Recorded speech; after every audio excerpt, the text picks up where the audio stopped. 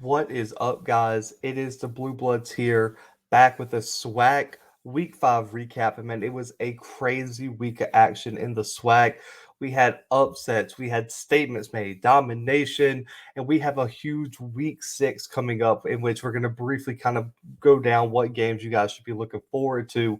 But we have to start with y'all knew exactly what was going to be the first game we had to talk about. Grambling upsetting Alabama A&M 37-28. Any given Saturday you can be beat. And that was on full display in Eddie Robinson Stadium on Saturday afternoon as Grambling upsets the defending SWAC champions. Alabama A&M makes a statement, puts kind of a big question mark on next week's game between Jackson State and Alabama A&M in Huntsville, but nobody gave the Tigers, almost nobody gave the Tigers a chance to pull out this upset. They were down 14 points going into the second quarter, and they find a way to overcome that deficit and win by 9 points. And it also gives them some huge and real momentum as they get into SWAC play. Now, I want to start with this because I know there's a segment of our listeners who really want to see what I have to say about this, how I'm going to respond to this. I want to start. Okay, so I want to start with this. This loss falls directly on the shoulders of Akil Glass.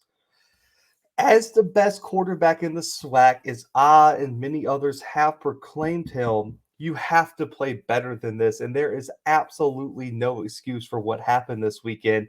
It was an embarrassing performance, and this probably was the worst game I think I've ever seen Akil Glass play in an Alabama A&M uniform. This was atrocious. Completed under 60% of his passes, had 4 touchdowns, 4 INTs, a huge fumble, which was returned for a touchdown.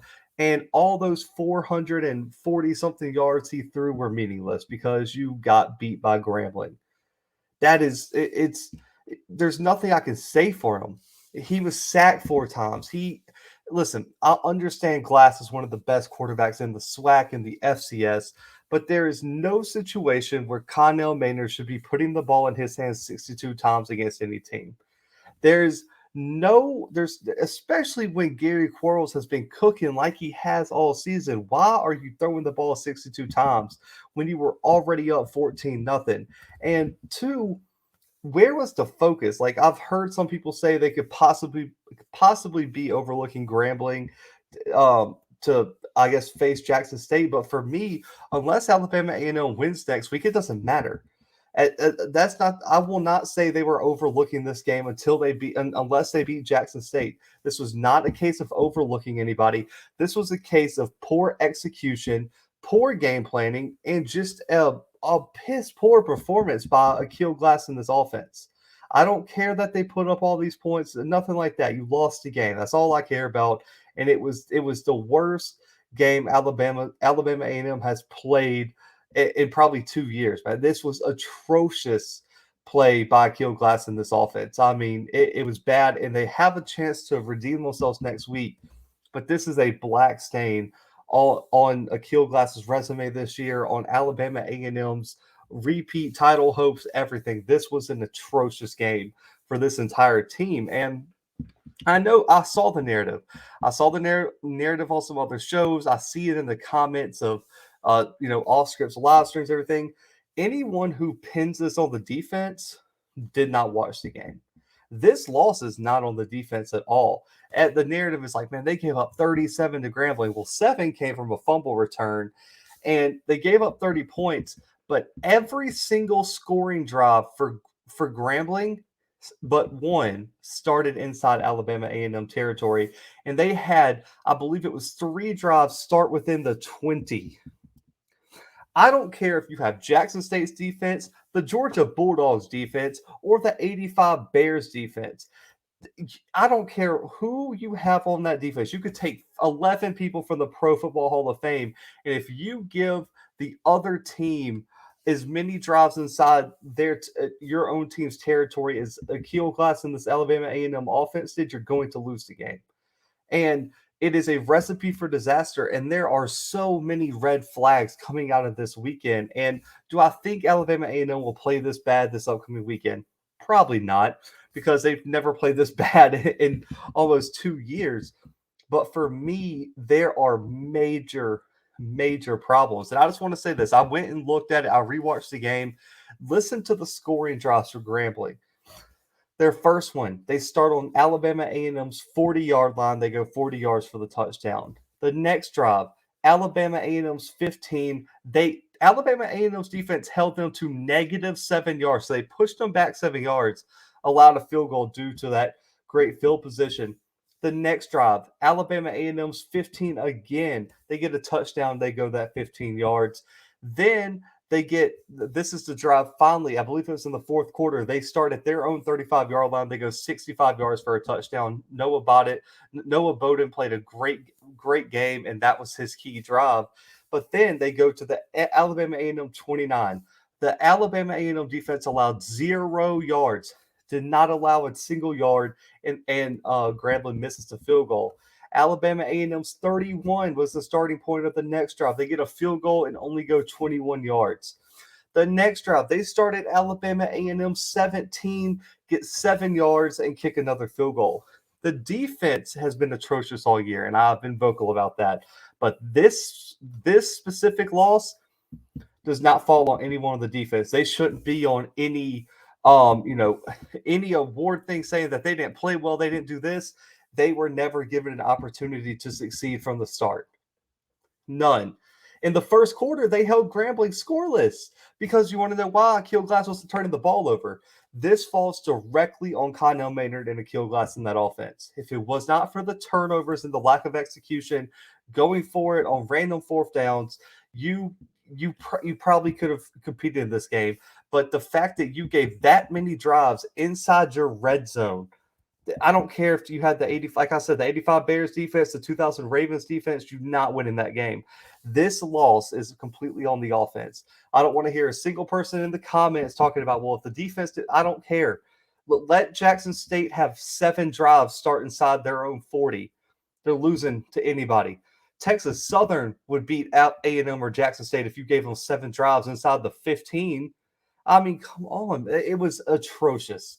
It was the worst performance I've seen from a top SWAC team all year. I mean, even the Alcorn performance against North Carolina Central might have been better than this. This was atrocious. And when you look at the defense, they held Grambling to under 300 yards, less than 3 yards per carry, 3 for 17 on third down, less than 200 yards passing.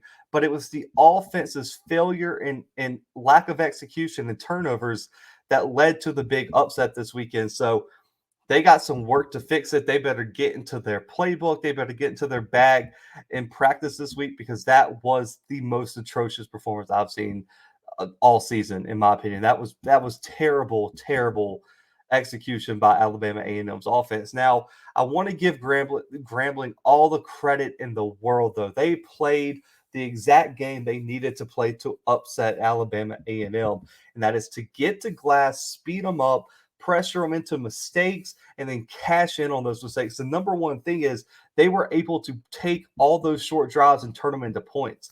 If you don't get points out of those drives, let's say they miss a bunch of field goals, they have their own turnovers, Alabama A&M runs away with it. But they were able to turn the turnovers into points, and that was the key to this Grambling win. The first shout out goes to Noah Bowden at quarterback. That guy is going to be a problem as his game evolves and as he matures into his role in this offense. And don't sleep on this Grambling team as he gets better and better each week. 3 passing touchdowns and made play after play when it was important to get a score and move the ball as much as they did when getting those opportunities in the A&M red zone. And they did a nice job of keeping it balanced and keeping the pressure off of Bowden. The running game had 31 carries. Bruton found a way to rush for over 80 yards, keep some pressure off of that passing game. And Kobe Ross had an outstanding game at the wide receiver spot. And I was really impressed with his ability to create separation throughout the game. Now, on the defensive side of the ball, the secondary just went out there and made plays, and you have to give them credit for never backing down, even when faced with all the pressure in the world. They were down 14-0, and they could have mailed it in and said, "Hey, man, this ain't our season. Ain't our game. We're not supposed to win this game. Let's just move on to next week." They found a way to make plays, especially late as Alabama A&M found themselves back into the game. Anderson, the DN, it looks like he's going to be a problem. He had 2 sacks this weekend, and he's living up to that hype. People don't remember this, but Anderson, that DN, picked Grambling over Appalachian State, Georgia Tech, Troy, Tulane. This kid's a legit DN. He's getting better and better. I believe he's a redshirt sophomore, junior, and he is going to be a problem throughout the rest of this year and next year. And then also the key here, and I don't think many people spoke on this, is how 4 different players found a way to get an interception. It shows that scrambling defense is going to be a legit problem through SWAC play, and they have the ability to keep this team in any game that they play down the stretch. If this scrambling defense can stay playing as consistent as they are and as opportunistic as they played this weekend, they can win some games down the stretch. So, I spent a little bit of time on this game. I try to keep this episodes a little short, so I went over on this one. So I apologize. But, man, overall, this was a season-defining win for Grambling and a loss for Alabama A&M, guys. That's going to test the culture and makeup of this program. If they bounce back, it's going to show a lot about what Maynard has built there, Akil Glass's leadership, and what if that defense can – rally this team together next week to get a huge win over Jackson State, who's coming in guns a-blazing. They're bringing the fans, bringing the band. I mean, everything's coming from Jackson, Mississippi into Huntsville this next week. But if they drop a few straight, that's also going to say a lot about this program and where it really is in terms of one of these new SWAC. Can they be a top SWAC team repeatedly year in and year out, even as Glass is graduating this year? We're going to find out a lot over these next 2-3 weeks from Alabama A&M. Now, we're going to move on Thursday night, man. Prairie View takes control of the West with a 27-17 win over Arkansas Pine-Bluff. And I really think people got to start giving Prairie View their flowers, their props, man. Everyone just says, oh, well, historically they do this. I don't care. This team has been the most consistent team in the SWAC right now. They get a huge win over Arkansas Pine-Bluff, and they dominated this game even more than the final score suggests. It was 27-9 until like 5 minutes left in the game. And this Panthers team has been a problem on both sides of the ball. And right now, when you're ranking the SWAC, you have to put them at number 1 or number 2 right now in terms of how impressive they looked on the field, in terms of what they've done really and truly with 3 SWAC wins already at this point of the season. And yes, the offense was impressive. We'll get to that. But I want to give the defense their props because they really changed this game, and they made this UAPB offense look absolutely pedestrian throughout this game. They only allowed 10 first downs, 3 for 14 on third downs, 225 yards, less than 5 yards per pass, 2.5 yards per rush, and only allowed UAPB about 20 minutes of possession time. That's elite level production. They consistently got pressure on Perry and Vaughn, the 2 quarterbacks who played, and they kept the offense off pace behind the chains. And for this UAPB offense, that spells disaster. They took exactly what Alcorn did late in that game last Thursday and put it straight into work in this game. And on offense, on top of that, they put on a rushing clinic Thursday night. They controlled the pace of the game. They dominated time of possession. They kept themselves in third and short, and they were explosive. They stuck with their game plan all night long, and it paid off in a huge way. They rushed the ball 50 times for almost 300 yards, over 6 yards per carry, 3 rushing touchdowns, and they abused the front 7 of UAPB, and that defensive front had stood no chance. Brooks, the running back for them, 118 a touchdown and was averaging 13 yards per carry. Give him a baller award. And then Jaden Stewart did his thing in some limited action, almost 50 yards rushing there. And let's not forget about Jawan Pass, who's quietly, showing that he's going to be a real factor, probably a top 3 quarterback right now with the SWAC. He's been a catalyst for this amazing run. He had 145 passing, 70 rushing, 10 yards per carry, and 2 rushing touchdowns. And I know there's some people in the comments over these past few videos and live streams from our guy Scotty. I understand he threw 5 interceptions over the first few weeks of the season. Let's give him some credit, especially as these teams start to develop. He's thrown 0 interceptions in 2 games. against really good secondaries. Ask Akil Glass how impressive it is not to have a turnover against Grambling last week for Prairie View. And how about no turnovers against the secondary for UAPB that has Jalen Thickman, one of the best corners in the SWAC? He's done a very good job, and he's coming into his own, understanding his role in this offense, and he's not forcing things. So let's give him some props for no turnovers for 2 weeks. And if he can continue that, Prairie View can compete with anybody in the SWAC. Now, for Arkansas Pine-Bluff, man, after this week, there's more questions for Doc Gamble than I ever could have imagined there would be. This team's road gets no easier moving forward. Sitting at 1-3, 0-2 in their division, something has to change. Changes have to be made. Adjustments have to be made. What you're doing is not working. The quarterback position has to be figured out. Skylar Perry has been atrocious this year in terms of his efficiency and playmaking down the field. Xavier Vaughn looked a little bit better, but he didn't do enough to really solidify his spot as QB1. This coaching staff has to figure it out, or UAPB could be in for an extremely long season. And also, someone other than Josh Wilkes has to find a way to catch a ball. Josh Wilkes is the only guy on the outside for UAPB that can go and get separation and make plays for his quarterback. He's the only one that can make his own play, and that further contributes to how bad this UAPB offense can be at times. And then also, the rushing attack is a real problem, and it was this weekend. Crossley and Britton have been impressive at times, but they cannot consistently put together solid performances, and it puts unnecessary pressure on Perry and the quarterbacks, and the offense as a whole loses its rhythm. I have a lot of questions about UAPB moving forward. Overall, Prairie View has looked like the most impressive team in the SWAC West, at least. They've taken a commanding lead with 3 SWAC conference wins, and UAPB faces an enormous amount of pressure to turn things around in quick fashion if they don't want the season to fall apart. But let's get to the last game as we get to some final takeaways. I was wrong. Mr. Campbell, if you're watching, I apologize. I should have listened to you. Florida A&M dominates Alabama State 28-0 in a huge SWAC East game. It was bad. And also, Mr. Dwayne always commenting about FAMU. Should have listened to you as well. But you want to talk about the most impressive team of the weekend?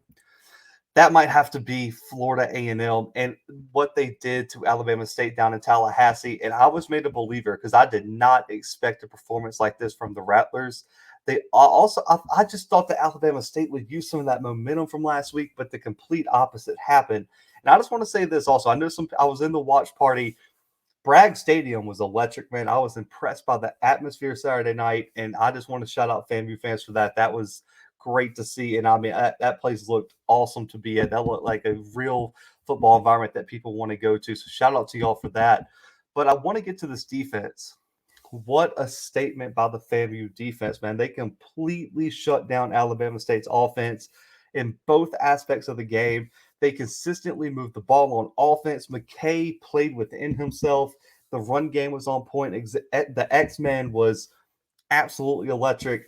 This was an outstanding performance by FAMU. Now, the defense was all over the field. They forced Alabama State to play 3 different quarterbacks, 0 rushing attack, and they only crossed like the 50-yard line, I believe, once or twice this game. I forgot. I watched the game live, and so I don't exactly remember. I think it was once or twice, and I don't think they did it in the first half.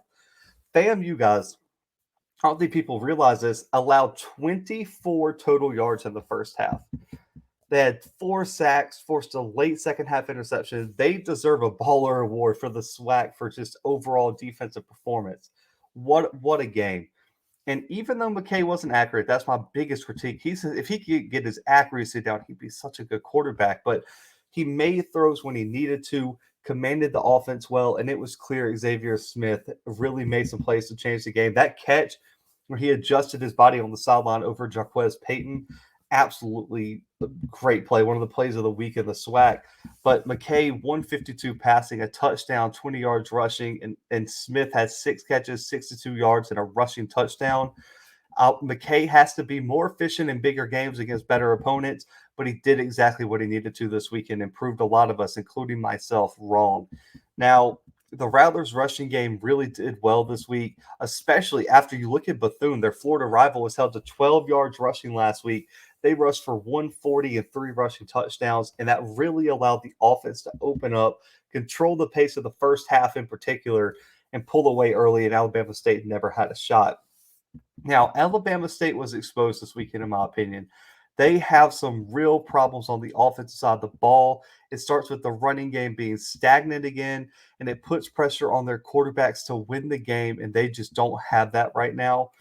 And when you look at what they did, they generated less than 200 yards, 4 for 13 on third downs, 3.5 yards per pass, less than 3.5 yards per run, shows zero consistency. That is going to cost this team so many games this year. And if Ely survives this year, recruiting playmakers on offense is going to be of the utmost importance because that defense has some talent. That offense is atrocious, man. Ryan Nettles, listen, 3 for 13 for 17 yards and 1.3 yards per pass is never acceptable for any quarterback on any level of college football. That is ridiculous. That is the number one issue for Alabama State is quarterback play. Joe Owens Jr. came in, looked better, but I still think he has some growing to do as well. But Ryan Nettles, you got to do better than that, man. 3 for 13. Come on. And then on top of that, where is this running attack for Alabama State been? The starting running backs, Ezra Gray and Ja'Cory Merritt, 11 carries for 24 yards, and the longest run between them was 9 yards. If the rushing game isn't working for Alabama State, they're always in for a long day, and they're going to get their doors blown off by any good to average team in the SWAC. They have to run the ball. That is your whole identity, and you have an All-American running back there, and he can't give you more than like 5 yards rushing. Something's got to change for Alabama State, or the season's over for them. That was a really embarrassing performance for that offense. The defense did what they could, especially in the second half, but that offense had zero chance against this FAMU defense. Now, Florida A&M made a statement not to count them out after their loss to Jackson State in week 1. They're not going anywhere in the SWAC East race, and they're going to keep the pressure on Jackson State not to slip up somewhere. While Alabama State is going to have all the pressure in the world over these next few weeks, and Ely's job is on the line because he cannot have another performance like this. And that if it went for a win over Bethune, his job, his hot seat would be absolutely on fire right now. So he's going to have to figure something out, or he could be looking for another job very soon. Now, other takeaways, like I told y'all, we won't cover every single game, but just give a breakdown of what else happened. Shout out to Mississippi Valley State upsetting North Carolina Central 17-16. Everyone said this team is going to pull some upsets this year. This was the first one over a MEAC team who already beat Alcorn. So what a win for Mississippi Valley State. Watch out. They probably are going to shock a SWAC team this year very soon. Also, Bethune-Cookman's struggles 0-5 continue of 42-35 loss to South Carolina State in a MEAC SWAC matchup. That's a problem. And then also, I really don't want to talk about this, but Texas Southern beats North American University, which I don't even know where they found that school.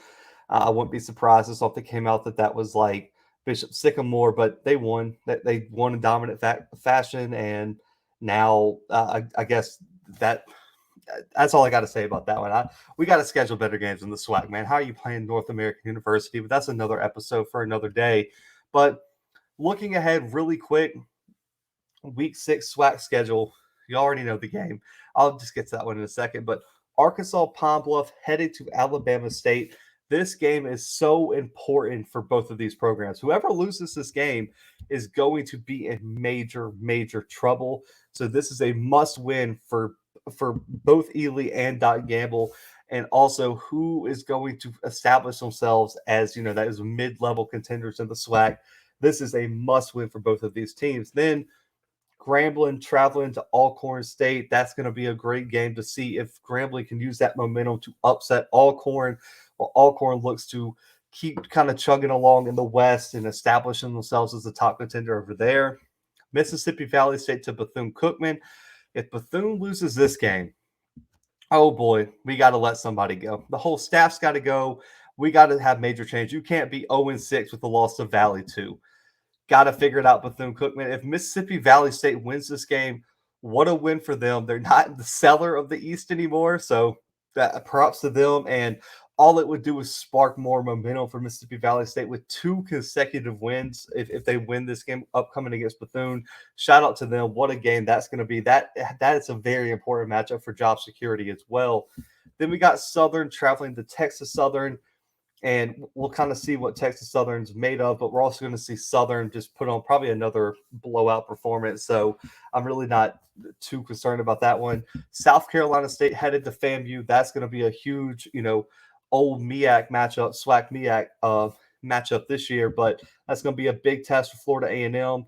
Can Jacoby Durant and South Carolina State, make it 2-0 over their old MEAC rivals. So we'll see. That's going to be a big one. And of course, Jackson State headed to Alabama A&M in Huntsville, and arguably one of the biggest matchups of the year for the SWAC.